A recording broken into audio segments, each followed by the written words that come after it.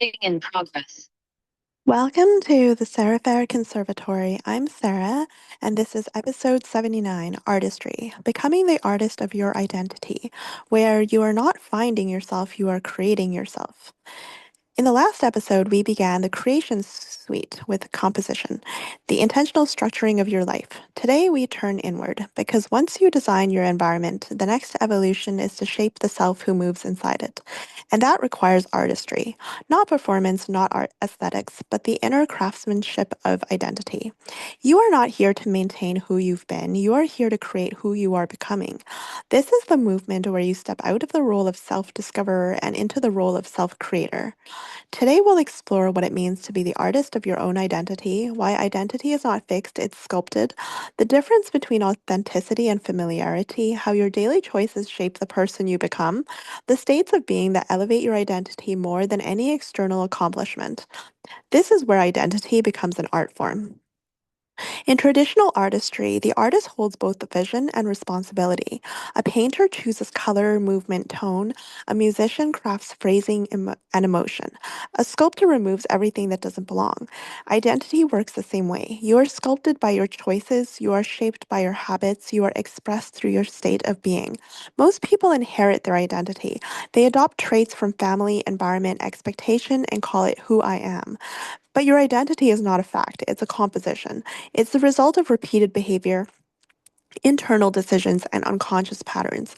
Here's the truth that shifts everything. Authenticity is not who you've been, it's who you're becoming. Authenticity is not comfort, it's alignment. It's the version of you that feels most coherent, most honest, most elevated, even if you're not fully living it yet.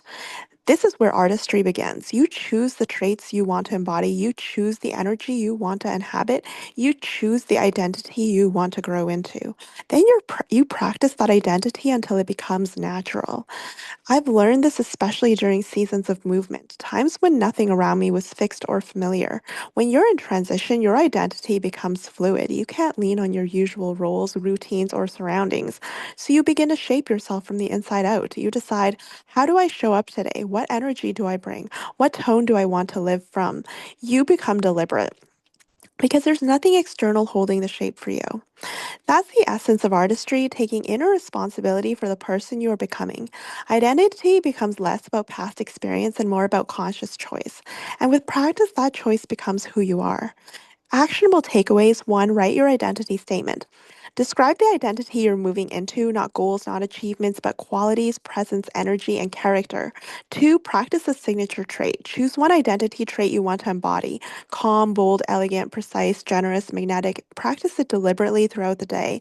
Three, replace fitting in with alignment. Ask, is this version of me socially conditioned or self created? Release what belongs to your past. Four, adopt one identity ritual, a way of dressing, starting your morning, organizing your work, or preparing your environment that matches the identity you're stepping into. Five, evening identity refinement. At the end of the day, ask, did I live as the person I'm becoming or the person I've been? Adjust tomorrow accordingly. Artistry is the discipline of becoming, not by effort, but by intention. When you stop treating identity as something to discover and start treating it as something to craft, your life becomes infinitely more expressive, more deliberate, and more aligned. You are your own canvas, your identity is your medium, your daily practice is your masterpiece in motion. Until next time, this is the Serefair Conservatory, a school for the art of living excellently.